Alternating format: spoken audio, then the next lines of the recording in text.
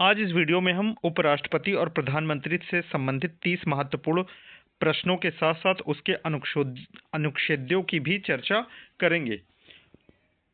अनुच्छेद 63 में राष्ट्रपति के पद की चर्चा की गई है। अनुच्छेद 64 में राज्यसभा का पदेन सभापति जो है वो राष्ट्रपति होगा।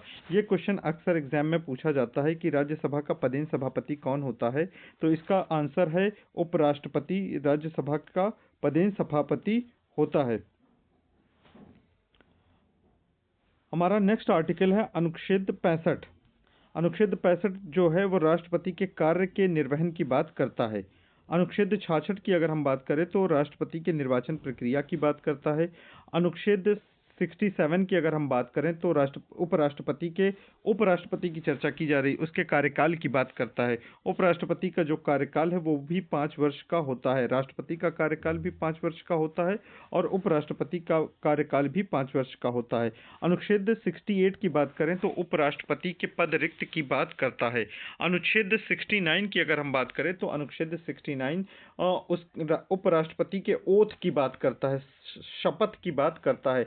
अनुच्छेद 60 के तहत किसको शपथ दी जाती, कौन शपथ लेता है, तो यहाँ राष्ट्रपति शपथ लेता है। अनुच्छेद 159 के तहत कौन शपथ लेता है, तो अनुच्छेद 159 के तहत राज्यपाल शपथ लेता है। उसी प्रकार से अनुच्छेद 69 के तहत शपथ जो है वो उपराष्ट्रपति लेता है।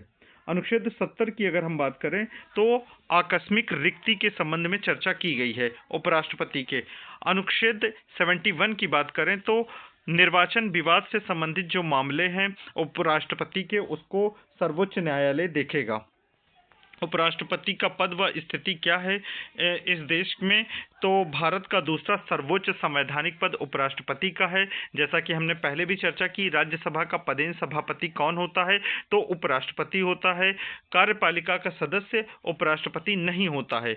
निर्वाचन से संबंधित अनुच्छेद 66 था, जिसमें हमने पहले भी बात की कि निर्वाचन मंडल में संसद के निर्वाचित और नामांकित सदस्य हिस्सा लेते हैं उपराष्ट्रपति के निर्वाचन में। उपराष्ट्रपति के निर्वाचन में राज्य की विधानसभाओं के सदस्य शामिल नहीं होते हैं, जबकि राष्ट्रपति के चुनाव में राज्य विधानसभाओं के निर्वाचित सदस्य भी शामिल होते हैं।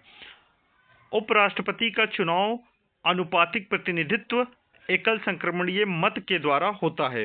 उपराष्ट्रपति की जो योग्यता है वह भारत का नागरिक हो, उसने न्यूनतम आयु 35 वर्ष पूरी की हो, राज्यसभा का सदस्य बनने के लिए योग्यता रखता हो और किसी लाभ के पद पर ना हो।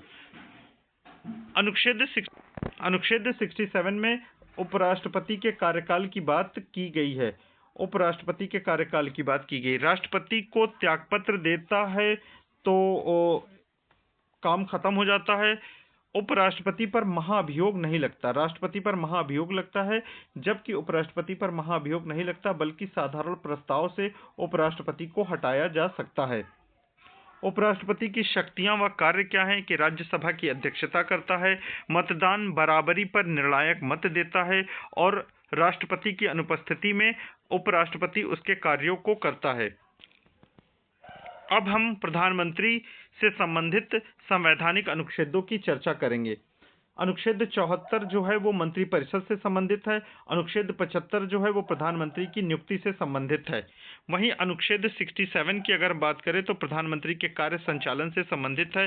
अनुच्छेद 68 काफ़ी बार एग्जाम में पूछा जाता है, राष्ट्रपति को सूचना देना। प्रधानमंत्री जो होता है वो राष्ट्रपति को सूचित करेगा।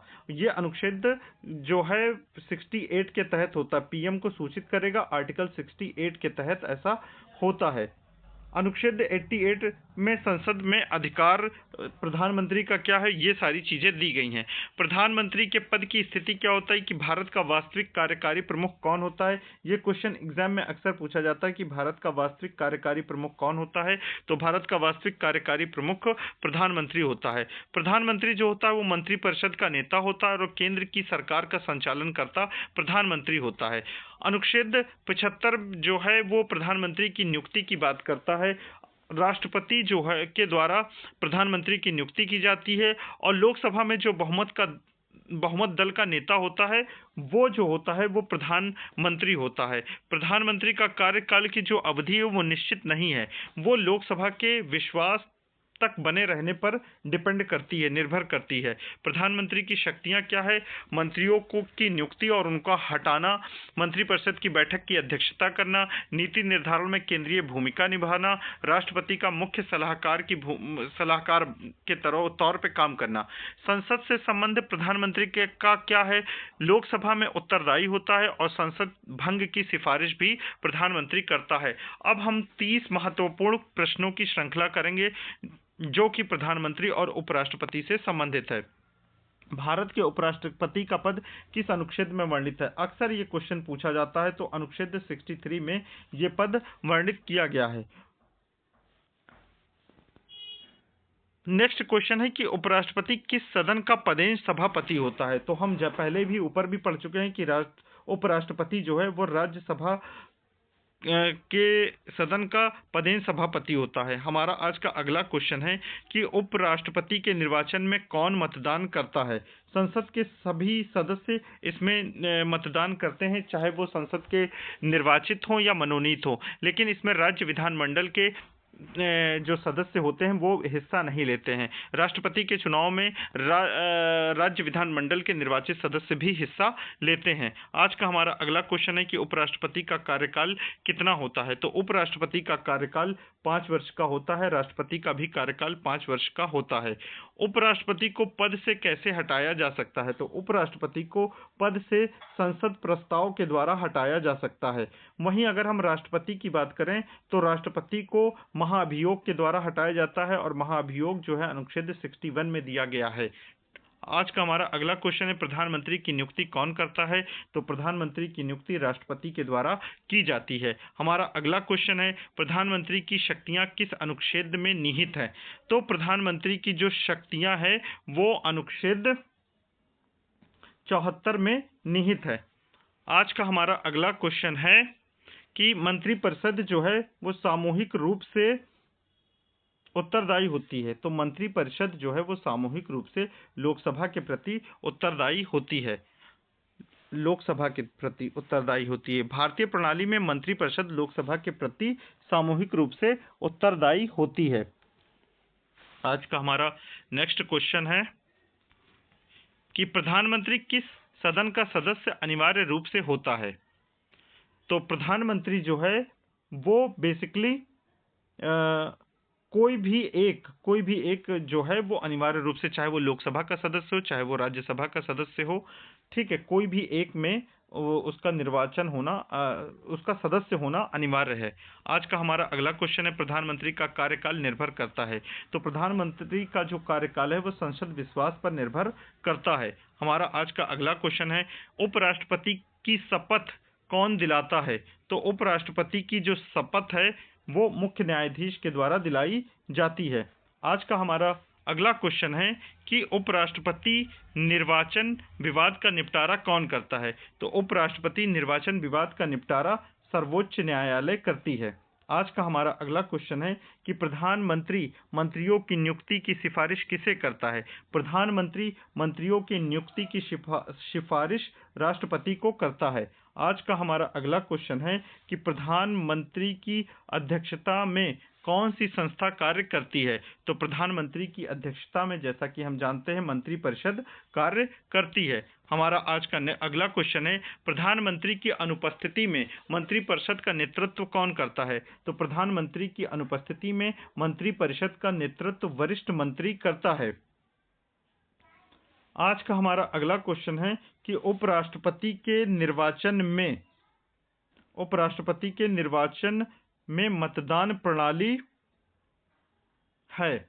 तो उपराष्ट्रपति के निर्वाचन में मतदान प्रणाली एकल संक्रमणीय मत वाली प्रणाली का इस्तेमाल किया जाता है। आज का हमारा अगला क्वेश्चन है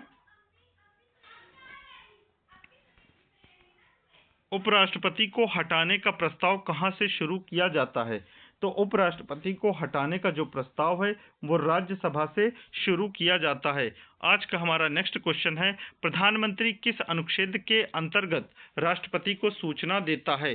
तो प्रधानमंत्री अनुच्छेद 68 के अंतर्गत राष्ट्रपति को सूचना देता है। ये सूचना अनुच्छेद 68 के तहत प्रधानमंत्री को राष्ट्रपति को कार्यों की जानकारी देने के लिए बाध्य करता है। आज का हमारा अगला क्वेश्चन है कि प्रधानमंत्री संसद में बोल सकता है?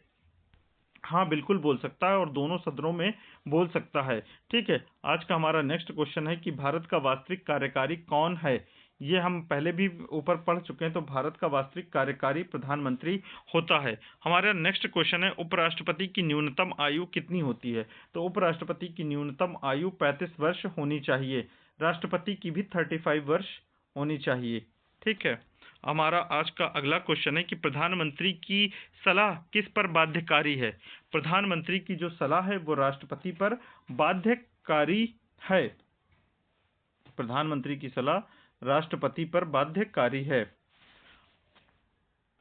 आज का हमारा अगला क्वेश्चन है, उपराष्ट्रपति का त्यागपत्र किसे दिया जाता है? उपराष्ट्रपति का त्यागपत्र जो है वो राष्ट्रपति को दिया जाता है।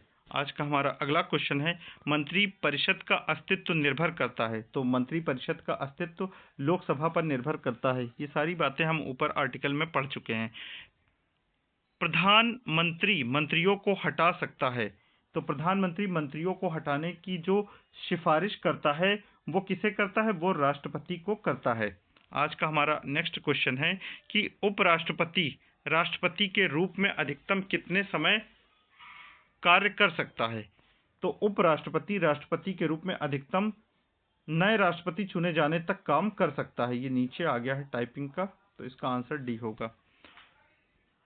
आज का हमारा अगला क्वेश्चन है कि प्रधानमंत्री का पद किस देश के मॉडल पर आधारित है? तो प्रधानमंत्री का पद ब्रिटेन के मॉडल पर आधारित है। प्रधानमंत्री नीति निर्धारण में किसकी भूमिका सर्वाधिक होती है? प्रधानमंत्री नीति निर्धारण में किसकी, ये गलत क्वेश्चन हो गया है। नीति निर्धारण में किसकी भूमिका सर्वाधिक होती है? क्वेश्चन ये होना चाहिए था, नीति निर्धारण में स्वयं प्रधानमंत्री की भूमिका जो होती है वो काफी इंपॉर्टेंट होती है। उपराष्ट्रपति का निर्वाचन कौन आयोजित करता है? तो उपराष्ट्रपति का निर्वाचन जो है वो निर्वाचन आयोग के द्वारा आयोजित किया जाता है। आज का हमारा लास्ट क्वेश्चन है कि प्रधानमंत्री की स्थिति किसके समान मानी जाती है? प्रधानमंत्री की स्थिति मंत्रिपरिषद के प्रथम के समान मानी जाती है। इस तरीके से हमने इस टॉपिक के थियरी और प्रैक्टिस दोनों ही कंप्लीट कर ली।